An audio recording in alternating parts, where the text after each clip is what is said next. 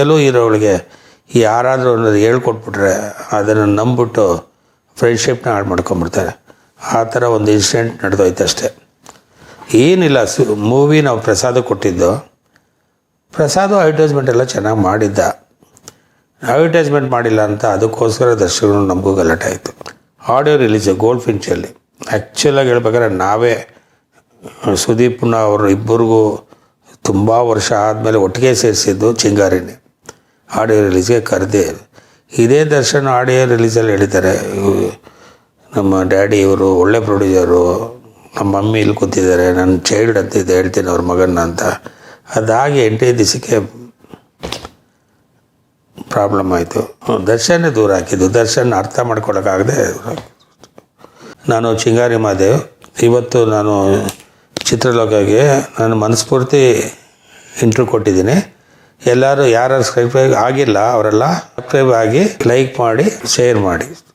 Experience ಇಲ್ಲ ನಮಗೆ, ಹಿಂಗಾದರೆ ಏನಾಗುತ್ತೆ ಹಾಗೆ ಅಂತ. ನನ್ನ ಸಿನಿಮಾ ಎಲ್ಲ ಕಂಪ್ಲೀಟ್ ಆಯಿತು. ಆಗಲೇ ನನಗೆ 8.25 ಕೋಟಿ ಬಡ್ಜೆಟ್ ಸಿನಿಮಾ ಆ್ಯಕ್ಚುಲಾಗಿ ಚಿಂಗಾರಿ. ನನಗೆ ಚಿಂಗಾರಿ ಮಾಡ್ಕೊಂಡು ಬಂದಮೇಲೆ ಗಾಂಧಿನಗರದಲ್ಲಿ ಎಲ್ಲರೂ ದರ್ಶನ್ 5.25 ಕೋಟಿ ಅಷ್ಟೇ ಮಾರ್ಕೆಟು, ನೀನೇನು ಅಷ್ಟೊಂದು ಮಾಡಿಬಿಟ್ಟಿದ್ಯಾ, ಹೆಂಗೆ ರಿಕವರಿ ಆಗುತ್ತೆ, 5.25 ಕೋಟಿ ಅಷ್ಟೇ ಅವ್ರ ಮಾರ್ಕೆಟ್ ಇರೋದು. ಅವರು ನನಗೆ ಭಯ ಆಯಿತು ಏನು ಮಾಡೋದು ಅಂತ. ಆಮೇಲೆ ಆಯಿತು ಸಿನಿಮಾ ತೋರಿಸ್ದ ಸಿನಿಮಾ ತೋರಿಸ್ದಾಗ ನನಗೆ ಎಲ್ಲೋ ಒಂದು ಕಡೆ ನಾನು ಓಪನ್ನು, ನಾನು ಯಾಕಂದರೆ ಶ್ರೀಕಂಠನೂ ಹಾಗೆ ಹೇಳಿದ್ದೀನಿ. ಈಗ ನೋಡಿದೆ ಸಿನಿಮಾ, ನಂಗೆ ಸೆಕೆಂಡ್ ಹಾಫ್ ನನ್ನ ಸಿನಿಮಾ ಎಲ್ಲೋ ಒಂದು ಕಡೆ ಸ್ವಲ್ಪ ಲ್ಯಾಗ್ ಹೊಡಿತು. ಸೆಕೆಂಡ್ ಹಾಫ್ ಸಿನಿಮಾ ನನಗೇನೋ ಡೌಟ್ ಆಯಿತು. ನಾನು ರಾಜನ್ ಸ್ಟುಡಿಯೋದಲ್ಲಿ ಸಿನಿಮಾ ನೋಡಾದ್ಮೇಲೆ ನಾನು ನನ್ನ ಮಗ ಇಬ್ಬರೇ ಕಾರಲ್ಲಿ ಬಂದು ರಾತ್ರಿ 12:30 ಹೆಬ್ಬಾಳ್ ಲೇಕ್ ಹತ್ರ ಕಾರ್ ನಿಲ್ಲಿಸಿ ಏನೋ ಇದು ನನಗೇನೋ ಡೌಟ್ ಕೊಡಮ್ಮನು, ಸಿನಿಮಾ ಸೆಕೆಂಡ್ ಹಾಫ್ ಲ್ಯಾಗ್ ಆಗ್ತಾಯಿದೆ, ಏನಾದರೂ ಮಾಡಬೇಕು ಅಂತಿದ್ದೆ. ಅಷ್ಟರೊಳಗಡೆ ಈ ಪ್ರಸಾದ್ ಒಬ್ಬ ಡಿಸ್ಟ್ರಿಬ್ಯೂಟರ್ ಬಂದರು, ಸಮಂತ್ ಪ್ರಸಾದ್ ಅಂತ. ಅವ್ರು ಬಂದು ಸಿನಿಮಾ ಕೇಳಿದ್ರು. ಆ್ಯಕ್ಚುಲಿ ಹೇಳ್ಬೇಕಾದ್ರೆ ನಾನು ಫ್ಲೈಟ್ ಏರ್ಪೋರ್ಟ್ಗೆ ಹೋಗ್ಬೇಕಾದ್ರೆ ಚೆನ್ನೈಲಿ ವರ್ಕ್ ನಡೀತಾಯಿತ್ತು, DA ನಡೀತಾಯಿತ್ತು. ನಾನು ಹೋಗ್ಬೇಕಾದ್ರೆ ನಾನು ಹರ್ಷ ಹೋಗ್ಬೇಕಾದ್ರೆ ಫೋನ್ ಮಾಡಿದ್ರು, ಸರ್ ಈ ಥರ ನಾನು ಚೆನ್ನೈಗೆ ಹೋಗ್ತಾಯಿದ್ದೀನಿ, ಚೆನ್ನೈಯಿಂದ ಬಂದಮೇಲೆ ಮಾತಾಡೋಣ ಸರ್ ಅಂದೆ. ಸರಿ ಅಲ್ಲಿ ಹೋದರೆ ನನಗೊಂದು ಸ್ವಲ್ಪ ಲೇಟ್ ಆಗ್ಬಿಟ್ಟು ಫ್ಲೈಟ್ ಮಿಸ್ ಆಗೋಯ್ತು ಚೆನ್ನೈಗೆ. ಸರಿ ನಾನು ಮತ್ತೆ ಏರ್ಪೋರ್ಟಿಂದ ಫೋನ್ ಮಾಡಿದೆ, ಪ್ರಸಾದ್ ಅವರೇ ಇವಾಗ ಫ್ಲೈಟ್ ಮಿಸ್ ಆಗೋಯ್ತು, ನಾನು ಬರ್ತೀನಿ ಅಂತ. ಅವ್ರದ್ದು ಆಫೀಸ್ ಅವಾಗ ಬನಶಂಕರಿಲಿತ್ತು, ಸೆಕೆಂಡ್ ಸ್ಟೇಜಲ್ಲಿ.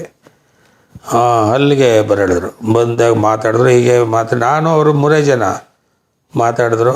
ನನ್ನ ಮಗ ಮಾತಾಡಿದ ತಕ್ಷಣ ಅವರು ಏನೋ ನಾನು 10.25 ಕೋಟಿ ಹೇಳಿದೆ, ಅವರು 9 ಅಂತ ಹೇಳಿದ್ರು, 9.25 ಕೋಟಿ ಅಂತ ಹೇಳಿದ್ರು. ಆಯಿತು ಅಂತ ನಾನು ಒಪ್ಕೊಂಡ್ಮೇಲೆ ಬೇರೆ ಕೆಲವ್ರಿಗೆಲ್ಲ ಫೋನ್ ಮಾಡಿದೆ, ಒಪ್ಕೊಂಬಿಡು ಅಂತ ಹೇಳಿದ್ರು. ಒಪ್ಕೊಂಡಾದ್ಮೇಲೆ ಅಲ್ಲೇ 7 lakhs ಕೊಟ್ಬಿಟ್ರು ಅವರು. 7 lakhs ಅಡ್ವಾನ್ಸ್ ಕೊಟ್ಟರು. ಅಲ್ಲೇ ಹರ್ಷನ್ಗೆ ನೀನು ಒಳ್ಳೆಯವ್ರನ್ನ ಇಂಟ್ರೊಡ್ಯೂಸ್ ಮಾಡಿದ್ದೆ, ಅಲ್ಲೇ 1 ಲಕ್ಷ ಎತ್ತು ಕೊಟ್ಬಿಟ್ಟೆ ಹರ್ಷನ್ಗೆ. ಬಟ್ ಈ ಸಿನಿಮಾ ಆ್ಯಕ್ಚುಲಾಗಿ ಚಿಂಗಾರಿ ಅದೊಂದು ಹೇಳಿದ್ರೆ ತಪ್ಪಾಗ್ಬಿಡುತ್ತೆ. ಶುರು ಆದಾಗಿಂದ ಎಂಡ್ವರೆಗೂ ಸುರೇಶ್ ಕೊಟ್ಟರು ನನಗೆ ಈ ಸಿನಿಮಾಗೆ ಸಾಥ್ ಕೊಟ್ಟರು. ಫೈನಾನ್ಸ್ ಕೊಡಿಸೋದ್ರಿಂದ ಹಿಡಿದು ಎಲ್ಲ ಒಂಥರ ಆ ದುಡ್ಡು ಒಂದೇ ಅಲ್ಲ, ಮಾರಲ್ ಸಪೋರ್ಟು ಎಲ್ಲ ಅವ್ರ ಕಡೆಯಿಂದ ತುಂಬ ಹೆಲ್ಪ್ ಆಯಿತು. ಆಮೇಲೆ ನಾನು ಸಿನಿಮಾ ಗೆದ್ದಾಗ, ಸಿನಿಮಾ ನಂದು ಔಟ್ರೇಟ್ ಸೇಲ್ ಆದಾಗ ಅವರಿಗೆ ಇದೊಂದು ಹೇಳಲೇಬೇಕು. ಎಲ್ಲರೂ ಅವ್ರು ತೊಗೊಂಡ್ರು ಅಂತ ಹೇಳ್ತಾರೆ. ನಾನು 10 ಲಕ್ಷ ಕ್ಯಾಶ್ ತೊಗೊಂಡೋಗಿದ್ದೆ ಅವರಿಗೆ ಕೊಡಲಿಕ್ಕೆ, ಅವ್ರು ತೊಗೊಳ್ಳಿಲ್ಲ. ಇಲ್ಲ ಮಾತ್ರಣ ಬೇಡ ಅಂದರು. ಯಾಕಂದರೆ ಇರೋದು ಹೇಳ್ಬೇಕಲ್ಲ, ಸುಮ್ಮನೆ ನಾನು ಕೊಟ್ಟಿದ್ದೀನಿ ಹಾಗೆ ಹೀಗೆ ಸುಳ್ಳು ಹೇಳ್ಬಾರ್ದು. ಆ್ಯಕ್ಚುಲಾಗಿ ಅವ್ರ ದುಡ್ಡು ತೊಗೊಳ್ಳಿಲ್ಲ. ಬೇಡ ನನಗೆ ಬಿಡಿ ಬೇಡ ಅಂತ ಹೇಳಿದ್ರು. ಯಾಕಂದರೆ ಈ ಟೈಮಲ್ಲಿ ನಾವು ಹೇಳಲೇಬೇಕಲ್ವ. ಹೇಗಾಯಿತು ಸಿನಿಮಾ ಚೆನ್ನಾಗಾಯಿತು. ಅವ್ರಿಗೆ ಎಷ್ಟು ರಿಕವರಿ ಆಯಿತು ಅಂತ ನನಗೆ ಗೊತ್ತಿಲ್ಲ. ಆ್ಯಕ್ಚುಲಾಗೆ ಅವರು ಆ ಮನುಷ್ಯ ಏನಪ್ಪ ಅಂದರೆ ಹಠ, ಆ ಮನುಷ್ಯಂದು ಹಠ ಅಂದರೆ ಏನಿಲ್ಲ. ನಾನು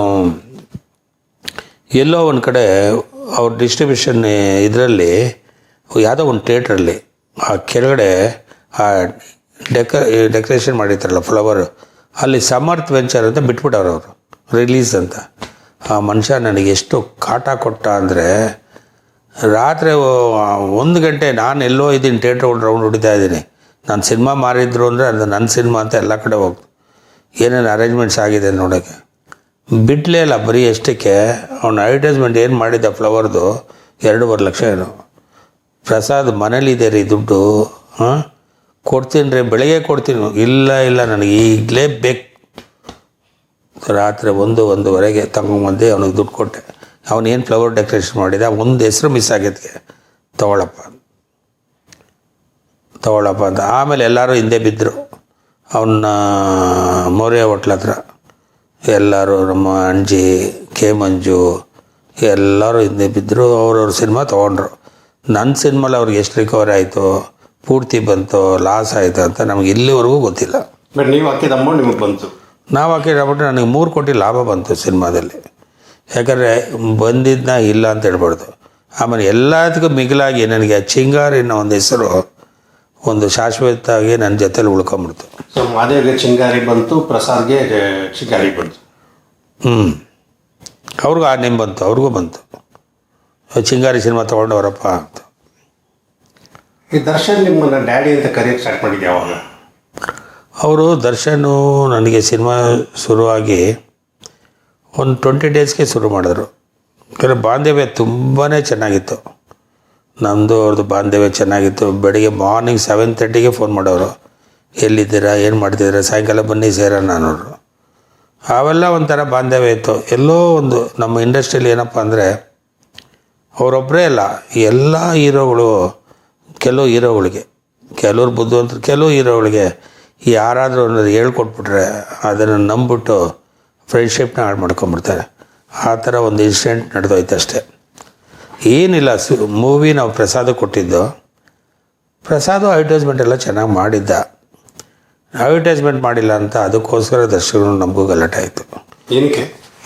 ನಿಮ್ಗೆ ಎಲ್ಲೋ ಬ್ಯಾನರ್ ಹಾಕಿಲ್ಲ, ಅದು ಹಾಕಿಲ್ಲ, ಇದು ಹಾಕಿಲ್ಲ. ಆಮೇಲೆ ದರ್ಶನನ್ನು ಒಂದು ಹೆಸರಿಗೆ ಬ್ಯಾನರು ಅಂತ ಅಡ್ವರ್ಟೈಸ್ಮೆಂಟ್ ಬೇಕಾಗಿಲ್ಲ, ಅದು ಎಲ್ಲರಿಗೂ ಗೊತ್ತಿರೋ ವಿಷಯ. ಆದರೂ ಅವ್ರು ಏನೋ ಒಂದು ಆಟ ಹಿಡಿದ್ರು, ಇಲ್ಲ ಅದು ಹಾಕಲಿಲ್ಲ, ಹಿಂಗೆ ಹಾಕಲಿಲ್ಲ, ಹಂಗೆ ಹಾಕಲಿಲ್ಲ ಅಂತ.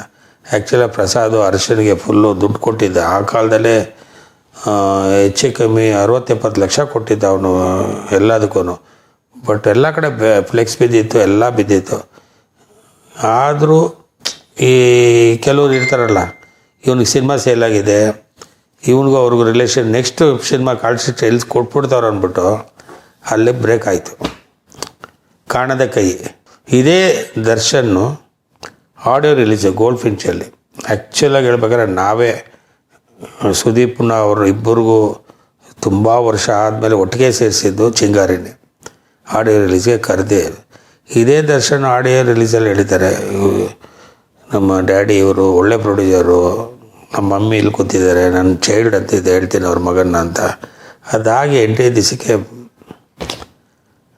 ಪ್ರಾಬ್ಲಮ್ ಆಯಿತು. ಇನ್ನು ಮಾದೇವರು ಮನೋರ್ಗೆ ನಮ್ಮ ಡ್ಯಾಡಿ ಚೈಲ್ಡು ಅಂತ ಇಬ್ಬರನ್ನ ಕರೆಯೋದು ನಾನು. ಮಮ್ಮಿ ಬಂದಿದ್ದಾರೆ ಅವರಲ್ಲೇ ಅವರೇ. ಸೊ ನಿಜವಾಗ್ಲೂ ಒಂದು ಒಳ್ಳೆ ಅದ್ಭುತವಾದ ಸಿನಿಮಾ.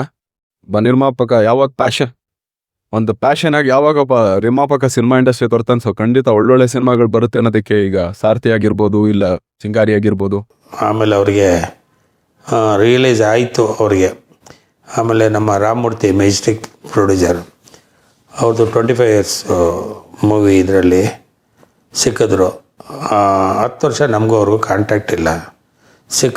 ಸಿಕ್ಬಿಟ್ಟು ನೀವು ಬಂದಿದ್ದು ನಂಗೆ ತುಂಬ ಸಂತೋಷ ಆಯಿತು ಅಂತ ಹೇಳಿದ್ರು. ಮೀಡಿಯಲ್ಲೂ ಹೇಳಿದ್ರು, ಚಿಂಗಾರಿ ಪ್ರೊಡ್ಯೂಸರ್ ಬಂದಿದ್ದಾರೆ, ಅವ್ರಿಗೂ ಥ್ಯಾಂಕ್ಸ್ ಹೇಳ್ತೀನಿ ಅಂತ. ಸೊ 10 ವರ್ಷ ಮಧ್ಯದಲ್ಲಿ ಮಾತುಕತೆ ಇಲ್ಲ, ಏನೂ ಇಲ್ಲ. ಸೊ ಡ್ಯಾಡಿ ಅಂತ ಕರಿತಾ ಇದ್ದಿದ್ದ ವ್ಯಕ್ತಿನ ದೂರ ಹಾಕಿದ್ರ? ನಾನು ದೂರ ಹಾಕಲಿಲ್ಲ, ವಿಧಿ ದೂರ ಆಗಿತ್ತು ಅಷ್ಟೇ. ನಾನು ದೂರ ಹಾಕಲಿಲ್ಲ. ನೀವು ಹಾಕಿಲ್ಲ, ದರ್ಶನ್ ನಿಮ್ಮನ್ನು ದೂರ ಹಾಕಿದ್ರ?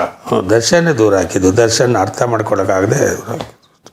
ಭಾಳ ವರ್ಷಗಳ ನಂತರ ದರ್ಶನ್ ಮತ್ತು ಸುದೀಪ್ ಇಬ್ಬರು ಒಟ್ಟಿಗೆ ಆಗ್ತಾರೆ. ಹೆಂಗೆ ಕರೆಸ್ಕೊಂಡ್ರಿ? ಇಲ್ಲ, ನಾವು ದಿನಕರ್ ಅದರಲ್ಲಿ ಸ್ವಲ್ಪ ಪಾತ್ರ ಇತ್ತು. ದಿನಕರ್ ಕರಿಯೋಣ ಅಂತ ಹೇಳಿದ್ರೆ ನಾನು ಹೋಗಿ ಕರೆದೆ, ಮನೆಗೆ ಹೋಗಿದ್ದೆ, ಸುದೀಪ್ ಮನೆಗೆ. ನೀವು ದಿನಕರ್ ಇಬ್ಬರು ಹೋದ್ರ? ಇಲ್ಲ, ದಿನಕರ್ ಫೋನಲ್ಲಿ ಮಾತಾಡಿದ್ದ.